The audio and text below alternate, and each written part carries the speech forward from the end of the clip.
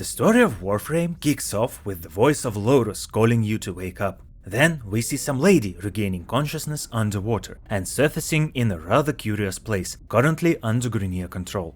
Who Lotus is and what Grineer are, we'll get to that a bit later. For now, just know this: Lotus is basically your space mom, and the Grineer is one of many factions in Warframe who are the bad guys. Our mystery lady stumbles upon a majestic structure and steps inside. There, she finds 3 statues of the Tenno, an ancient caste of warriors. Just to nerd out a bit, technically, those statues are Warframes: Excalibur, Mag and Volt, but let's save the details for later, okay? She lays some flowers at their feet and waits for a miracle. While she's waiting, we are introduced to those 3, along with a flashy showcase of their combat and dog patting skills.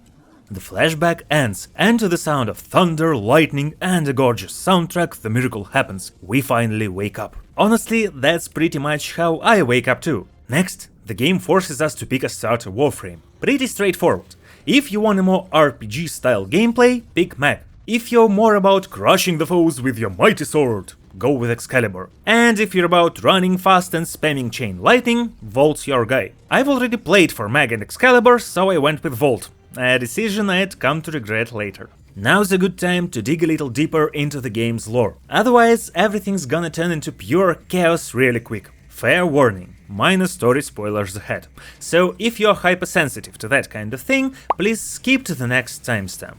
So, who exactly are the Tenno and what do Warframes have to do with them? To answer that, we've got to start with the Orokin. Orokin was an empire of highly intelligent humanoid beings. They ruled the solar system, or rather origin system, a long time ago.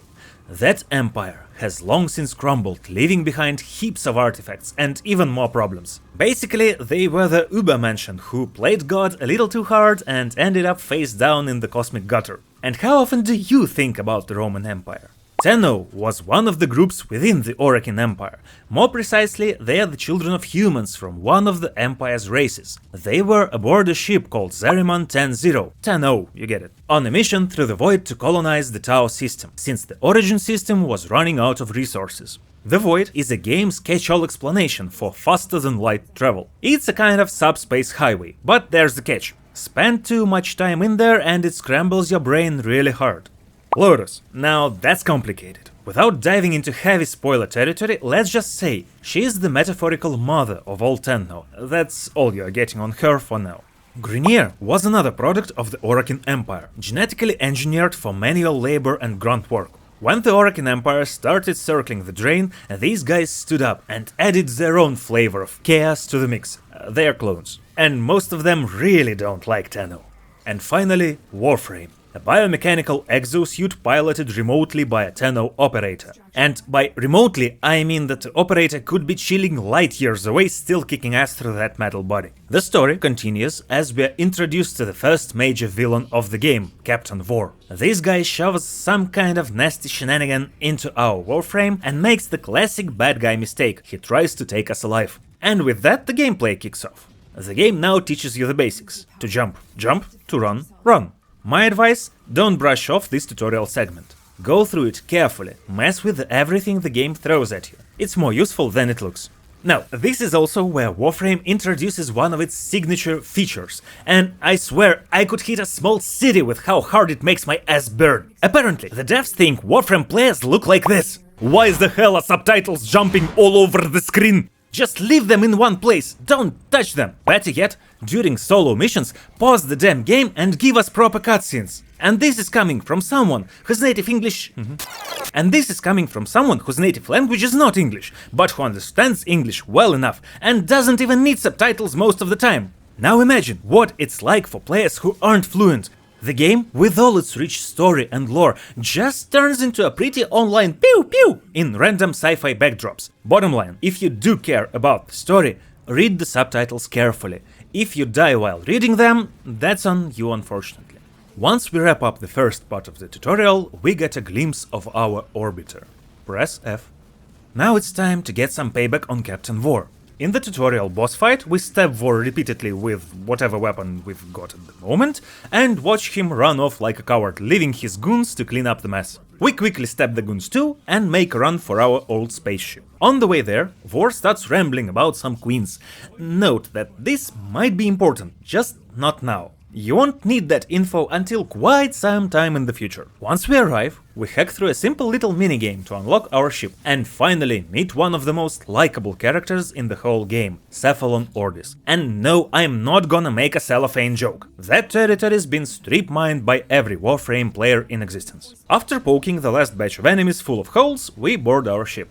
We finally reached Orbiter, and Lotus gently hints that we might wanna restore this old crook. I mean the ship, not Lotus. Step 0. Install the Arsenal segment. Step 1. Off we go to find the Communications segment. Next up, we get introduced to a handful of Warframe mission types, and they kick things off with one of the most jank, and my beloved ones, spy missions. Here, you've got to sneak your way into a terminal and hack it like some back-alley space ninja. A tip, the alarm only matters after Lotus gives you the signal. Until then, feel free to go full John Wick on the rest of the map. Nobody gives a damn. During this mission, Vor starts blabbering about an Ascaris. That's the nasty thing he slapped on our leg earlier. Now, to be fair, the Ascaris I know gets transmitted a little differently, but okay?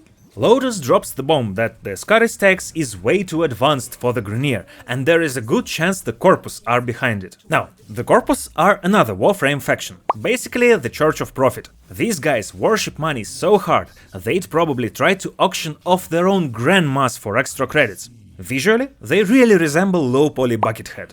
Mostly hostile, since they'd love to strip mine Warframes for parts. But some of them are actually decent. One of those exceptions is who we are going to rescue to figure out what this Ascaris nonsense is all about. Side note, please wash your fruits and veggies with soap before eating. You're not a Warframe. Lotus won't pull a parasite out of you if you're not being careful.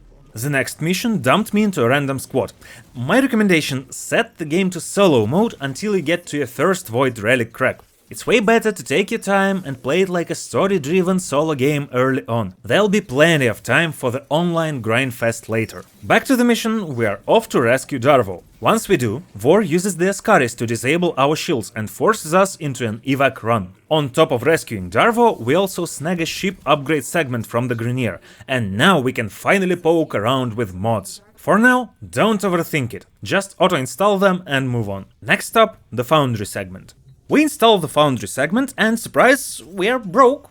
No resources, time to go scavenging. We snag what we need, craft the Ascaris negator and learn that apparently the Grineer have some weird plan for us. Seems like they're trying to fix themselves using us. I'll be sure to review their proposal sometimes between never and hell no. We use the negator and promptly have a nice little seizure. Lovely. Now it's time to hunt down Vor and finally resolve this whole wormy situation. On the way we go looking for another Foundry segment, rescuing some random colonists because why not? We step Vor into the dirt and finally destroy the Ascaris for good. Insert funfair here, we won. After that, it's just a matter of cleaning out the star chart until we stumble across a new location. Serious, but that's a story for the next lore video. So, hit that subscribe button to make sure you don't miss the next episode of weird space magic and astronomic shooting. Later!